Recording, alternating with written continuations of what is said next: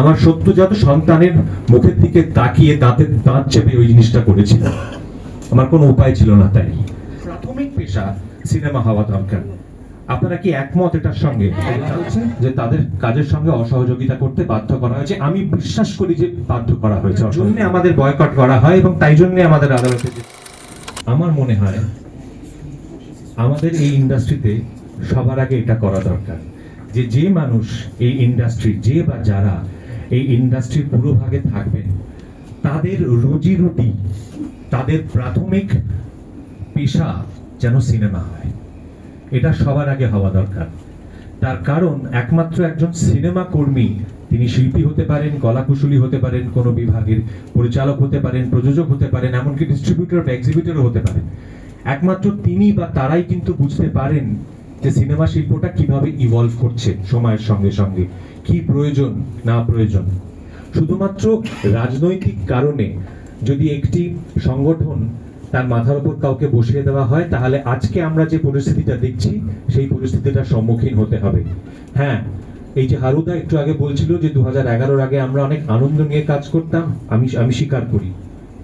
তার কারণ এই পরিবেশটা আমাদের ফিরিয়ে আনতে হবে। যে পরিবেশে এখানে যারা আমরা আছি, কেউ এখানে জয় বাংলা বলবেন, কেউ জয় শ্রীরাম বলবেন, কেউ বন্দে মাতরম বলবেন, কেউ লাল ছিলাম বলবেন, সেটা ম্যাটার করার কথা না। ম্যাটার করার কথা যে আমরা এই ইন্ডাস্ট্রিটার বেটারমেন্টের জন্য, ভালোর জন্য একসঙ্গে কাজ করছি, সকলে একটা জিনিস তৈরি করছি যেটা শিল্পসম্মত একটা কাজ।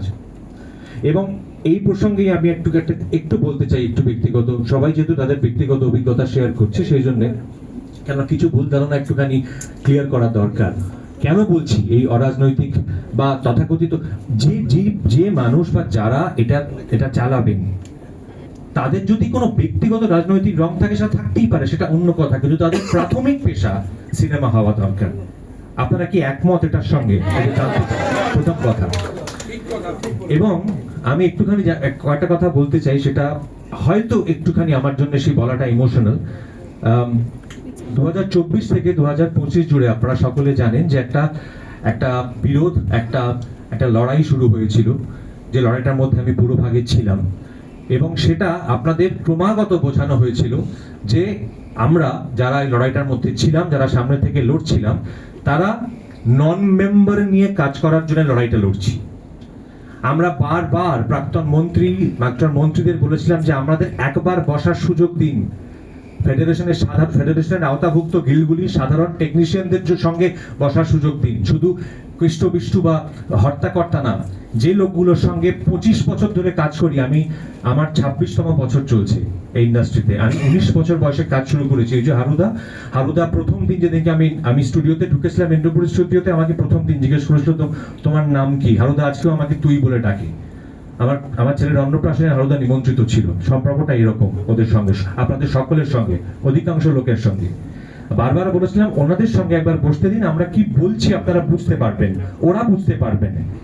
আমাদের বুঝতে দেওয়া হয়নি। উল্টে কি করা হয়েছিল, উল্টে যখন আমাদের মধ্যে কয়েকজন এখানে উপস্থিত আছেন, তারা যখন কাজ শুরু করতে গেছেন, এখানে জয়দীপদার সামনে বসে আছে, এখানে কৌশিক গঙ্গোপাধ্যায় নেই, তারা যখন কাজ শুরু করতে গেছেন তখন তাদের বলা হয়েছে, সৃজিত আছে, তাদেরকে বলা হয়েছে যে তাদের কাজের সঙ্গে অসহযোগিতা করতে বাধ্য করা হয়েছে। আমি বিশ্বাস করি যে বাধ্য করা হয়েছে অসহযোগিতা করতে, এটা আমি বিশ্বাস করতে চাই। আমি যদি ভুল হই আমার খুব খারাপ লাগবে, যদি ভুল বিশ্বাস করে থাকি। আমার ধারণা একটু আগে হাসানদা যেটা বললেন যে আমাদের বাধ্য করা হতো, আমি বিশ্বাস করতে চাই যে আপনাদের বাধ্য করা হতো। আমি বাধ্য করা হতোই বলছি, তাই জন্যে সেটা করা হলো। এবং বুঝতে পারলাম যে আমাদের সঙ্গে প্রতি ক্ষেত্রে অসহযোগিতা করা হবে, সেই জন্যে আমরা বাধ্য হই আদালতে যেতে।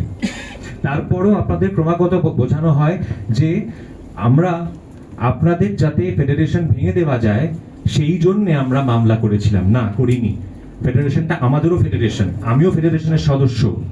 একটু আগে দেখছি পাপ্পুদা উঠে বলছিলেন যে কিছু নিয়ম কানুন শিথিল করার কথা। আমরা শুধু বলতে চেয়েছিলাম যে পরিবর্তিত পরিস্থিতির সঙ্গে প্রত্যেক দিন সিনেমা মেকিং চেঞ্জ করছে, পরিবর্তন হচ্ছে।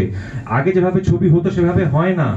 আমরা মেম্বার নিয়েই কাজ করতে চাই, কিন্তু আমরাও তো এই ইন্ডাস্ট্রি স্টেক হোল্ডার, আমরাও তো চাই সবাই, আমরা মেম্বারদের নিয়েই কাজ করতে চাই। কিন্তু কোথাও কিছু ফ্লেক্সিবিলিটির প্রয়োজন, সেটা তাদের সঙ্গেই আমরা আলোচনা করতে চাই। সেইটার জন্য আমাদের বয়কট করা হয় এবং তাই জন্য আমাদের আদালতে যেতে হয়।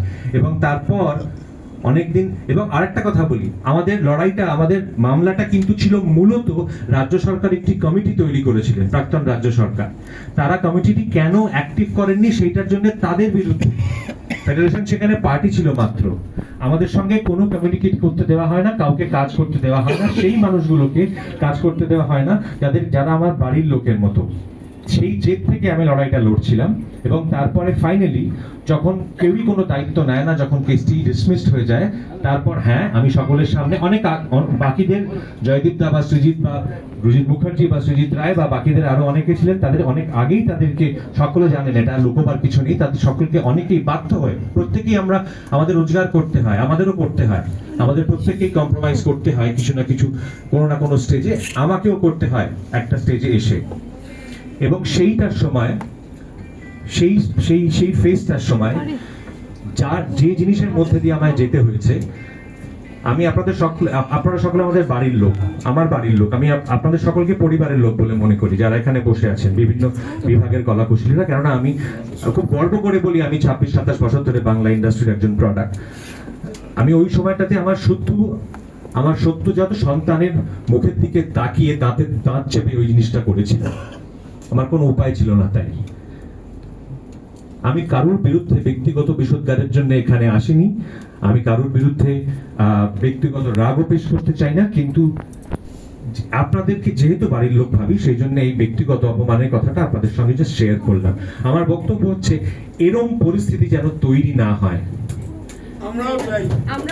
এরকম পরিস্থিতি তৈরি করতে দেবেন না। আর এখানে কে কোন দলের, কে কোন রঙের, তার ঊর্ধ্বে উঠে প্লিজ, সমালোচনা থাকতে পারে, কারুর কোনো কথায় কারুর খারাপ লাগতে পারে, কারুর কোনো কাজে কারুর খারাপ লাগতে পারে, কোনো না কোনো বডি থাকবে, সেই বডির সামনাসামনি বসে কথা হোক প্রত্যেকটা মানুষের।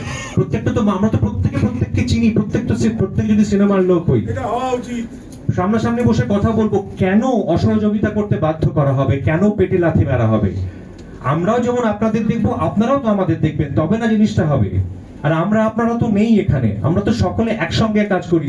প্রোডিউসাররা আছেন বলে আমরা আছি, আমরা আছি বলে আপনারা আছেন, আপনারা আছেন বলে আমরা আছি, আবার আমরা আছি বলে প্রোডিউসাররা আছেন। এটা তো একটা পরস্পর নির্ভরশীল একটা ইকোসিস্টেম। না, আমি কোনো, আবার বলছি শ্রাবণী, সরি, আমি ব্যক্তিগত ওই কে কোথায় আছে সেটা বিগত দিন, আমি একটাই অনুরোধ করব সকলের কাছে। এবং যেহেতু রুদ্র, এখন ওকে অভিনন্দন জানাই, ও বিধায়ক হয়েছে, এবং যে বা যারা দল মত নির্বিশেষে যারা এই জিনিসটা মানে ভার গ্রহণ করবেন, তারা যেন এনশিওর করেন যে যুক্তি হোক, তর্ক হোক, সামনে বসে কথা হোক, কিন্তু কাউকে যেন পাবলিক অ্যাপোলজি দিতে না হয় কোনো কারণে, কাউকে যেন বয়কট না করা হয়, কাউকে যেন কর্মহীন না করে দেওয়া হয়। সেটা যেরকম একজন হেয়ার ড্রেসারের ক্ষেত্রেও সত্যি, সেটা একজন পরিচালকের ক্ষেত্রেও সত্যি, সেটা একজন প্রযোজকের ক্ষেত্রেও সত্যি। তার কারণ প্রযোজকরা না থাকলে কিন্তু আমরা কেউ বাঁচবো না, এটাও মাথায় রাখতে হবে আমাদের, যেটা সন্দীপ বলার চেষ্টা করছিল। আপনাদের সকলের কাছে অনুরোধ এবং রুদ্রর কাছে অনুরোধ যে অফকোর্স আমরা জানি যে কোনো সরকার থাকলে তাদের একটা তো এসওপি থাকে, আমরা কেউ বলিনি সব নিয়ম উল্টে দেওয়া হোক না, আমরাও জানি একটা নিয়ম লাগে, এটা ছাতার মতো একটা আমব্রেলা নিয়ম লাগে। আমরা বলেছি শুধু সময়ের সঙ্গে সেটাকে একটু বদলাতে যেতে হয়, এইটুকুই।